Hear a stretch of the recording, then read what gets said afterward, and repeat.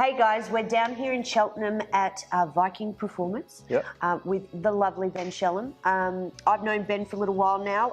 We've trained together over the years, and Ben has kindly offered to help us out with some strength and conditioning videos so that we can help educate some of our younger fighters, older fighters, and again help you take your performance to the next level. But I wanted to introduce Ben before we get into his videos, just to get a bit of a background, see where he's come from, where he's going, all that kind of stuff. So welcome, Ben. Thanks for having me, Jess. Anytime, anytime. So do you want to give us a bit of a background as to your strength and conditioning side of things, and also how you got into martial arts? Yeah.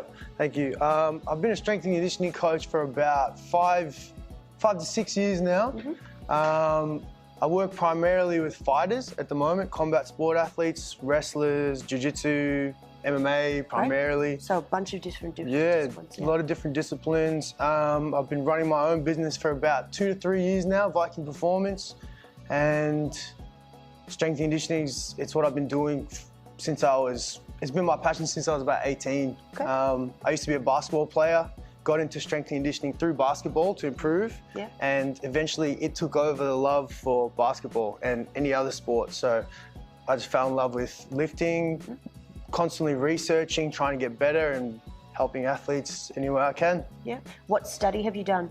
I haven't done any formal study.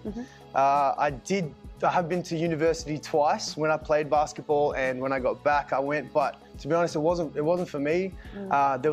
You're either good for that environment or you're not good for that environment. It's a tough one if you're not a real study person. Yeah, the thing is, I'm a real study person, but I'm so motivated to educate myself, and I wanted to focus a bit more on what's relevant to what I want to do.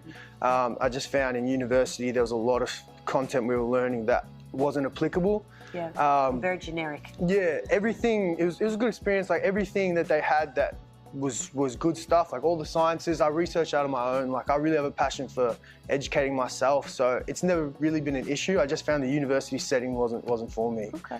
And how did you get into the fighting side of things? Because you're an amateur fighter, MMA fighter. How long have you been doing that for? I've been fighting for 2 years now. Pretty much, I was working with a friend of mine who was a boxer, and my cousin was a jiu-jitsu. Right. He was a jiu-jitsu. He was a grappler. He was a jiu-jitsu.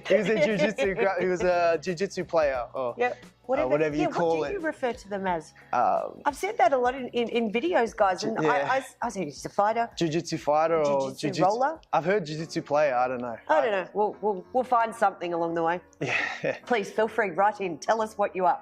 Yeah.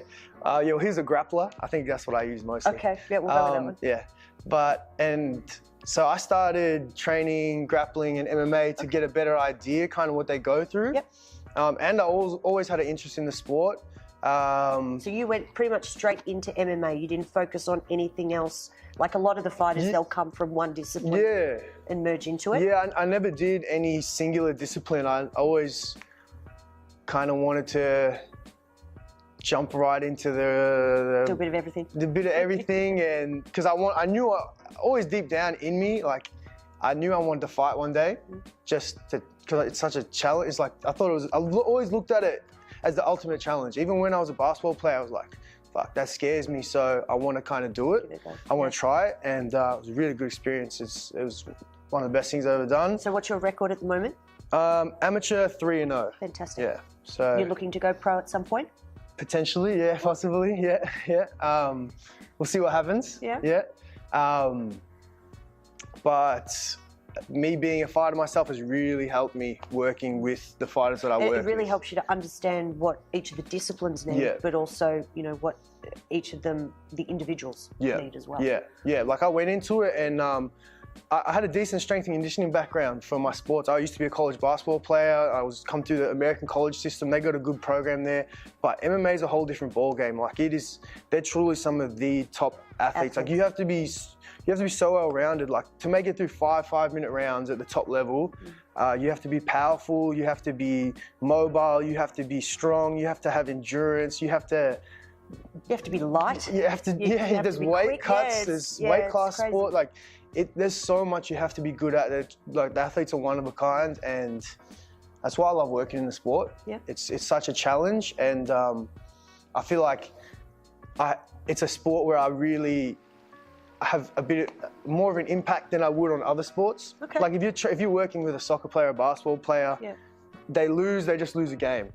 But you're working with a fighter, like they can get hurt. The ups and downs of fighting is a bit different. So I love. And it's a real lifestyle, isn't it? Yeah, Training to be a very successful MMA, there isn't the on and the off. A lot of the time, there's a break after a fight, but then they're straight back into it. Yeah. That's another reason. Like, I don't need to push any of the people I work with, like the fighters anyway. Like I'm not having to be like, come on, man, you have to train a bit harder. Like I'm reining them back. I'm like, hey, bro, you got to chill. Have one day of rest a week at least. Yeah. Because I'm a strength and conditioning coach. I'm not a motivator. If you need motivation, you're probably in the wrong sport. I just love all the challenges that come with working with MMA fighters, and just keeps me on my toes and always having to learn. Yeah, it's fantastic. So what is probably one of the biggest mistakes our fighters make? Fighters in general, the biggest mistake that they make is probably not having a lot of structure. Okay. They don't have structure to their training from a strength and conditioning point, and also a skills training point. So you really want to have like a plan, because you have that night where you're fighting, you want to peak towards that, right? You have to know where your strength with that. And that's another thing. They need structure to hold them back from overtraining and training too much. So structure is the key thing. They need to know what their strength and conditioning, what their strengths and weaknesses are. They need to know when they're fighting, what weight class. You need to have a progressive plan to build you towards that fight night and injury prevention, and it has to be structured, and it has to be coordinated with the different coaches. So the strength and conditioning coach has to be on the same page as the skills coach. The boxing coach has to be on the same page as the grappling coach. The physios, I'm in contact with physios, like what's going on with his shoulder, what do I do, what do I avoid? Everything has to be coordinated and planned to make that athlete better. So that's the biggest thing. Lacking, they just come to the gym and freestyle, or they hit some bench press or biceps because they want to look good. Because it looks rough. I deal with that a lot. So what about one of the other things that you've got to deal with in this sport as well is late matches? So from a strength and conditioning perspective, there's a very big difference between a 8 to 12 week camp versus a 3-week camp. Yes. How do you normally approach? Do you ever have any fighters approach you for help with that kind of stuff? So that's a good point. There's usually 2 scenarios. So usually for more established fighters, and this is more professionals, they have that date. So I have, hey bro, I'm fighting in 8 to 10 weeks. Okay, let's peak you towards that. But I do work with a lot of amateurs that they kind of don't know, like I might be fighting in a month, or the fights are falling through, they're looking for matchups, they don't have matchups yet.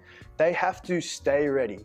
So we touch on, one of the ways we do it is we touch on several different qualities throughout the week to make sure we're maintaining and building them and not losing. And whereas if you had someone peaking, you would do like different phases focusing on a separate quality. So you'd go, for example, you'd start off with like a hypertrophy or a foundational phase where you're working on building muscle, your aerobic base, things like that. You'd move on to a strength phase where you focus on moving heavy weight, and just before the fight, you'd move into like a power phase, focusing on explosion, being powerful. Whereas a fighter who's got to stay ready, they have to touch on all those qualities during the week. All at once, different days. It's what comes down to, it's called periodization. It's about structuring your training plan. And I think that also shows you the difference between an amateur who's always going to be an amateur and an amateur who's going to become a pro eventually, because if they are always in good condition and they are always prepared, that means as a professional, they're one more professional to deal with because they are always ready. And also they're looking after their bodies because they're maintaining that level. They're not, peaking and troughing and all that kind of stuff. Like, getting out of shape is you're shooting yourself in the foot, like, because then you got to start from scratch again. Like, you really want to build and build and build and build and become a better athlete over time. But if you take 3 to 4 weeks. To fight, some of them. Yeah, you don't want to do that. You know, you're not going to perform if you're trying to be the best you can. And why wouldn't you be? You put on all this effort, you get punched in the face. Like, you better be doing it. Like, do everything you can, like every 1% you can. Yeah. So you can't be getting out of shape.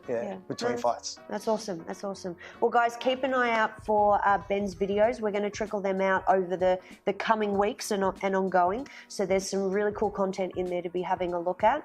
So keep an eye out for it.